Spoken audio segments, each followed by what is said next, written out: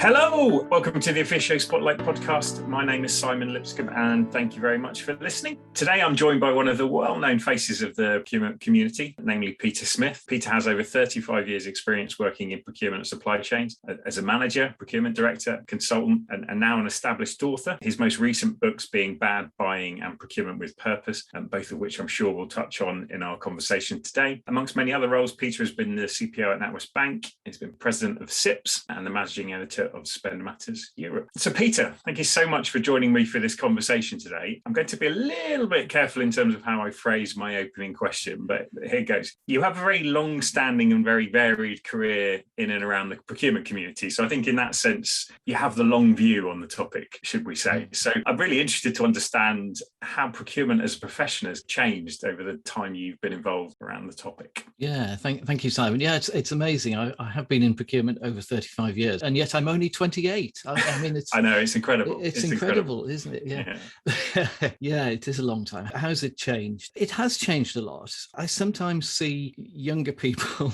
slightly perhaps over exaggerating the change. So I get quite annoyed when I see articles saying, in the last 20 years, procurement's been revolutionized and we do all this exciting stuff. And it used to be just paper pushing and processing purchase orders. And I think, well, it wasn't. The biggest difference, I think, is technology. This sounds terrible because this does age me. When I started in purchasing, we really didn't have any technology. So my assistant buyers still had big books where they kept records of all the packaging deliveries and stock levels and what was going out to the factory production lines, and dealing with suppliers was on the phone. And then this amazing thing called the fax machine came in, which started revolutionizing it. And then while I was still at Mars, computers and terminals started appearing. So if you look at where we are now, clearly, I think that is a huge difference. And it's interesting. So you don't think the fundamentals of the job have dramatically changed? You think that what the basic skill sets are as they were, really? And yeah, I mean, we might come on to some of the things around business purpose and sustainability and so on, which I have to say were not top of our minds in 1980 something. But when I look at the sort of mission we had in Mars for procurement, was to provide competitive advantage for the business by buying the goods and services we needed at the right time, place and quality. So there's something about the sort of keeping the factory running side of procurement, which is pretty damn important in a 24/7 operation like Mars. But those words competitive advantage were right up front in our sort of mission and vision statements. Mars is still family owned, but it was more directly family owned in those days, in that Forrest Jr. and John Mars used to come round and see us. Right. And if you were very lucky, you had to go in and give them a presentation. And their starting point was, okay, if I was head of packaging buying, tell me what you're doing that's better and cleverer than Cadbury's and Rowntree's. Because if you're not doing something that's better and cleverer than Cadbury's and Rowntree's, why am I paying you 50% more than their head of packaging buying's paid? So, it's no good just saying, oh, well, I've reduced the cost of cardboard boxes by 5% this year. They go, yeah, so what? How much are Cadbury's paying for them? Why is it only 5%? Yeah. Which is still very much what procurement hopefully is doing and is focused on today. Yeah. What are the big lessons that you learn, or maybe things that you would do differently? I know a lot of them you perhaps covered in your book, Bad Buying, for example. But yeah, I'd be really interested to get some of your thoughts on that. My weakness probably was never quite appreciating how important the internal stakeholder management dimension was. So I like to think I was reasonably good at managing my own team. I like to think I was reasonably good at the interactions with the supply side, but I think I was sometimes weak in terms of just really getting aligned with the internal stakeholders, but I should have done more internally. Peter, you've done loads of things, as we said, career jobs, CPO jobs, obviously at the moment, author on a couple of things. I was interested to understand, what was the motivation for writing the book Bad Buying? I thought for many, many years I wanted to write a book, and then I co-wrote one in 2010, then got into Spend Matters, so was writing just a hell of a lot, literally every day. But for a long time I'd wanted to write a book that people outside procurement would find interesting and might also learn a bit about procurement. And then I had this, it was a flash of inspiration thing when out for a walk. I suddenly thought, well, what does everyone like reading about? They like reading about failure and things going wrong and frauds and cock-ups. And we do, if you pick up a copy of the FT and there's half a dozen stories on the front page, the one that says CEO arrested for huge fraud is the one you'll read first. So that was the sort of hook to hang it on, that people like reading about things going wrong. And And of course, we learn from things going wrong. It's Yeah. quite sexy and fashionable now. Yeah. A few people have felt I was being negative about procurement, which it's not at all. And if you read the book, you would see that. It's really a way of getting messages across about, what to do in procurement and what not to do. And Peter, one of the things we ahead of this podcast, we obviously caught up and had a chat. I think one of the areas I was really intrigued to talk to you about is you have a profile within our community, which is fantastic from all the different things that you've done, not least of which the books you've written. I don't know if you would see this as a fair comment or not, but I think you use that platform to challenge the profession, possibly sometimes provoke. I think you occasionally say some things that are quite controversial. Some people agree with, some people possibly don't. Is that and I'm really interested in that, because actually procurement, in my view, is often pretty safe, actually, right? And can be quite consensus-led. Everyone can come to a consensus and that kind of gets established. I'm really interested to explore with you. I mean, is that a deliberate kind of approach on your side, or? Yeah, it is sort of. I mean, it's not that I'm trying to build myself up into some huge sort of, what's his name, the guy who makes billions out of Spotify, who's in trouble with this controversial Joe Rogan. Joe Rogan. Joe Rogan, yeah. But I think you're right. I mean, I've done a lot of work in the public sector, for instance, and of course it's really difficult, verging on the impossible, for anyone within the public sector to express anything, any doubts or negativities about what they're doing. So, I found when I was writing Spend Matters, I would get tipped off by people to say, well, have a look at this. This looks a bit strange. We had a few scoops there where we exposed things that going wrong. And usually I found if I got a phone call or I met somebody senior at a conference and I think, oh gosh, I'm going to get beaten up here because I've written something bad, they would come over to me and look around and go, you were quite right in what you said about so-and-so. It is a effing shambles. Right. Right. So that's always quite gratifying. And then more generally outside the public sector, I think we are a bit safe. SIPS itself does many great things, but it has to be careful what it can say, because it doesn't want to upset its own members or sponsors or whatever. I think academia's got safer because there are more procurement academics now than there were 20, 30 years ago when I started getting involved with SIPs, but they're all so sort of controlled and measured in terms of their output and raising money and getting referenced. Whereas some of the first procurement professors were a bit more maverick, I would say, and were quite happy to argue quite vigorously among themselves sometimes, but would come out with stuff like Andrew Cox when he was a professor that was really quite radical and made people go, oh, what? Supply relationships are a myth and a load of rubbish, and it's all about power in the supply chain. If you talk to Professor Cox, he would put more flesh around that, but it got people thinking. And we got some vigorous debate, and it is a bit sanitized now. The danger is we fall into the latest fad or fashion we're being pushed. And actually I don't know whether I did this on Twitter or LinkedIn, but a couple of weeks ago, the latest issue of Supply Management, the front cover, obviously there's an article inside, says, in the time it's taken you to read this, a bot could have renegotiated all your contracts. And I did a tweet or a LinkedIn saying, no, it couldn't. What a load of absolute rubbish. Because it is. I'd love to see the bot renegotiate, I don't know, the NatWest contract with IBM in 10 seconds. Yes.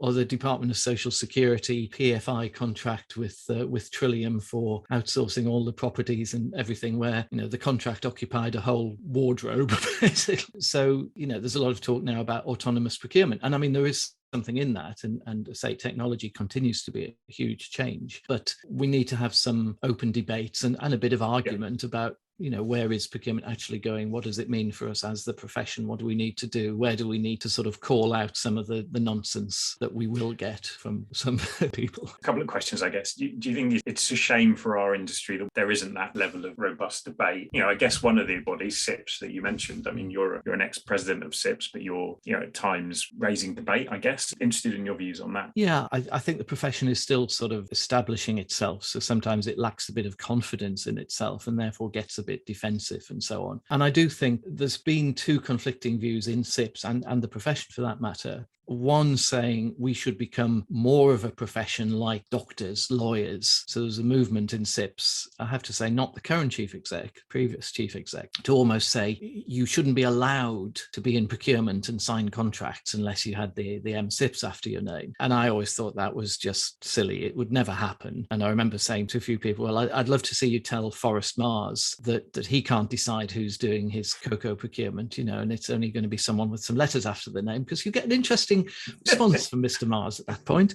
And the other thing is, it's not a fixed body of knowledge. You know, things like medicine and law, the things that really are professions, or engineering to a large extent. You know, there is a way of doing things. There's a way of building a bridge so it doesn't fall down. There's a way of treating cancer so that the patient has the best chance of surviving. Procurement is a business discipline. It's a set of business processes. It's not a fixed body of knowledge that you have to learn. So the idea of being a profession in that sense doesn't work for me. And I think what we have done to some extent is try to almost build those walls around ourselves. And it comes back to what I said about stakeholders, that some organizations have maybe fallen into the trap of saying, well, I've got a procurement function. They do this stuff called procurement. So the rest of the business doesn't need to worry. And they just fling work over the wall to procurement and it'll come back out as a contract. Yeah. And we know that doesn't work. And a lot of examples in the Bad Buying book, you know, it's not the procurement function that's failed. It's the wider business and things haven't been specified right. The contract management hasn't worked once the contract's in place. And writing Bad Buying really firmed up my view that procurement is an organizational capability, not a functional capability. Right. So if you want your organization to be great at procurement and getting that competitive advantage through what you're buying, you have to look at your whole organization, not just say, I brought in Simon to be CPO and he's got a great little team there and, you know, so everything's okay. That's not enough. I think SIPS has been guilty sometimes, as we have as individuals, for building ourselves up as putting the castle walls around procurement rather than actually knocking those walls down and say, we have an amazing role we can play across the whole organization, but we're part of the organization and we have to recognize other people will play critical roles in what we're doing as well. And your latest book, Peter, is Procurement with Purpose, talking about, I guess, procurement and its role in the sustainability agenda, the ESG agenda. I suppose the first question, what made you write that book? I think we would all recognize it's a topic that's very hot at the moment. There's a lot of conversations about it, et cetera, et cetera. But what was your inspiration for writing that? It just seemed like such a hot topic, and having written Bad Buying and wanted to do another book. And it is something, you know, I'm not going to claim I invented anything in this area, but it is something, particularly when I was working in the public sector again, I was involved in some interesting policy initiatives going back 10 years and more around trying to get more small businesses, for instance, winning government work, and some of the agendas around trying to persuade suppliers to take on more apprentices or employ more disabled people, you know, so the concept of how public sector could use its procurement spend to drive wider benefits is something I have been interested in for a long time. And I was non-exec director of Employ, which is sort of employed lots of disabled people. And then the environmental thing I paid less attention to be honest. But, you know, over the last 10 years, it's just got such high profile. So it seemed like a good time to write the book. And actually, I'd literally started scoping it out when I got a phone call from Mark Pereira, who's an old friend. And I think at that point, he just sold Procurement Leaders. So he wasn't involved with that anymore. And he said, oh, I think we should do a book together. I've got this great idea. We should do it all about purposeful procurement, sustainability. And I said, well, just so you know, I haven't stolen your idea, I'll send you my 2-page outline that I literally wrote about 2 weeks ago for this very book. So we agreed to work together on it. And I did most of the writing, but Mark has great contacts and brought in some really good people we could interview, like the CPOs of Unilever and Bayer and Vodafone and so on. So that was it. And it seemed like a good time. I think there'll be lots more books about the topics in our book, and some of them will no doubt be better than ours. But I think it's the first book about purposeful procurement out on the market. So I've got that to boast about anyway. Peter, do you worry one of the criticisms that, rightly or wrongly, could get laid at the door of this agenda for procurement is there's an awful lot of talk about it. There's, you know, people nod furiously that it's the right thing to do, but actually there isn't enough tangible action happening. You think that's fair? Yeah, I do. It's interesting. I mean, there's this great initiative, the Sustainable Procurement Pledge, which was started on LinkedIn by a couple of CPOs. And we talk about it in the book. And it's great. And they've got over 6,000 people signed up to that. It'll be really interesting to know how many of the 6,000 have done something tangible. And I do think there's I won't blame my daughter's generation for this, but perhaps there is a thing among all of us, let's just say. You get what the sociologists call performative behavior. Back in my day, when there was a cause, you had to go and do something because we didn't have Twitter and LinkedIn and social media and Instagram. So I did go on anti-Nazi League marches when I was at university. Yeah. Other people were throwing eggs at Barclays bank branches because of their involvement in South Africa. You had to actually do something. Yeah. Whereas now you can sign a petition on Twitter, you can put up an Instagram post saying, oh, poor orangutans, isn't it terrible? You know, more forests being destroyed in Indonesia. and you feel like you've done something. Yeah, I'm committed to this agenda. Well, you're not committed. You haven't actually changed anything. You haven't done anything. You haven't given any money to support a cause. You haven't gone and protested outside somebody's offices. You haven't bought Procurement with Purpose and read it. So I think there is a danger that we're seeing performative behavior rather than real action. Yeah. There's an interesting report just came out last couple of days. I haven't read it yet, but an organization that's really dug into what some of the big companies are doing compared to what they're sort of saying in their report. And it's been critical of a lot of people, including some of the firms we tend to think of as leaders in this. So I need to read that, but yeah, it's interesting. Yeah. And Peter, probably my last question. I mean, we've covered a lot in this conversation, which has been fascinating. Are you kind of excited about the future of the profession in terms of procurement and supply chain? Yeah, yes. There's a bit of hesitation there, because we've got to take on the challenges, and technology is changing things, and it is taking away a lot of the work that a lot of us saw as traditional and core procurement work. Yeah. So we have to sort of carve out a new role. The exciting thing is it's a broader business role.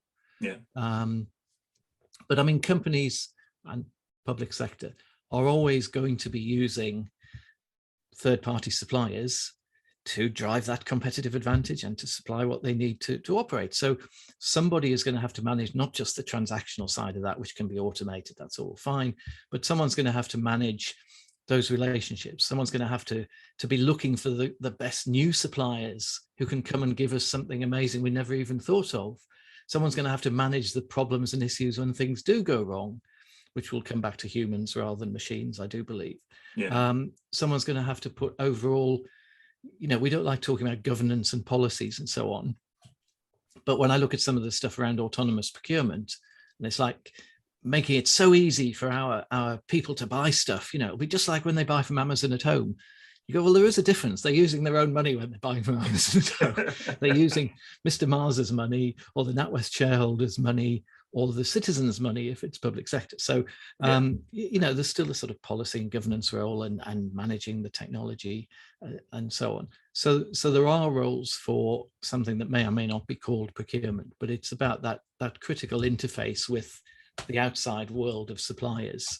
And as the world gets more and more complicated, more and more to think about in terms of things like sustainability, that role just gets more challenging but exciting, I guess. Peter, thank you so much for joining me. As always, a fascinating conversation. Really appreciate your time. When we publish this, put links to your books so people can know where to purchase those. But yeah, thank you so much. Thank you, Simon. Enjoyed it. If you enjoyed this podcast, please click the follow button on your chosen podcast platform. We'd also absolutely love to hear your views. So please do leave us a review on those platforms, or indeed send me a message on LinkedIn. And we'll be back soon for another discussion with senior industry figures.